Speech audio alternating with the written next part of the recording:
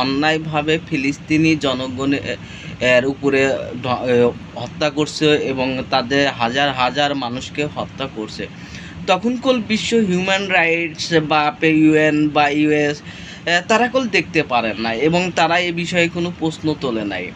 আপনি আবার যদি দেখেন যে ইরানের উপরে কিভাবে অন্যায়ভাবে হামলা করলো, তখনও বিশ্ব দেখেন নাই।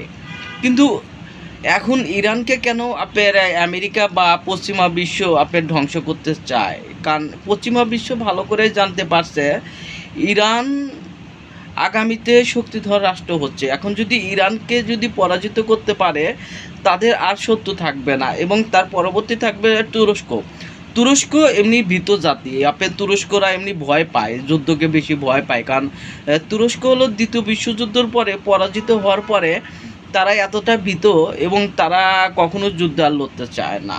অন্যদিকে দেখেন যে পরবর্তী টার্গেট করবে তুরস্ক এবং পাকিস্তান এবং তুরস্ককে শেষ করতে পারলে পশ্চিমারা, তাহলে মুসলিম বিশ্ব কথা বলার আর মানুষ থাকবে না। সৌদি আরব বলেন, এই মিশর বলেন, তারা এমনি ভীত এবং তারা আমেরিকার অনুগত। কারণ এখানে আমেরিকা ইরানে হামলার জন্য তিনটা বিষয় আছে। এক যদি দেখেন যে রাশিয়া এবং চীন, এখন যদি ইরান পরাজিত হয়, সেক্ষেত্রে রাশিয়া এবং চীন সহজে পরাজিত করতে পারবো। কেন পরাজিত করবে? কারণ আমেরিকারা মনে করছে যে রাশিয়াকে ইরান সাপোর্ট করতেছে এবং রাশিয়ার ক্ষেপণাস্ত্র, রাশিয়ার প্রযুক্তি ইরান রাশিয়া ব্যবহার করতেছে ইরানের, সেটা দিয়ে এই ইউক্রেনে হামলা করতেছে। তারা মনে করে যে ইরানের পরাজয় শুধু ইরানের পরাজয় না, ইরানের পরাজয় হলে এখানে রাশিয়ার একটা পরাজয়ের আছে, যে রাশিয়া পরাজিত হতে পারে।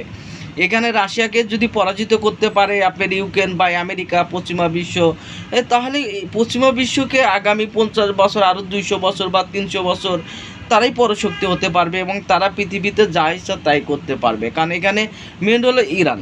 কারণ ইরানকে যদি পরাজিত হয়, সেক্ষেত্রে শুধু ইরান পরাজিত হচ্ছে না, এখানে চীন, রাশিয়া এখানে দেখা পরাজিত হচ্ছে। এখানে পরাজিত হবে হলো গাজা পরাজিত হবে, ফিলিস্তিন পরাজিত হবে, এখানে পরাজিত হবে হাউতি পরাজিত হবে, ইরাক পরাজিত হবে, সিরিয়া পরাজিত হবে, লেবানন পরাজিত হবে। দেখেন এই রাষ্ট্রগুলোকে পরবর্তী আস্তে আস্তে ধ্বংস করতে পারবে, কারণ ইরান আছে দেখে এই রাষ্ট্রগুলোকে ধ্বংস করতে পারে নাই।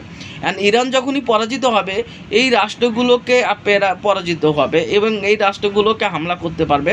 কারণ এই রাষ্ট্রগুলো হামলা হলে আর পশ্চিমা বিশ্বের সামনে কথা বলার কেউ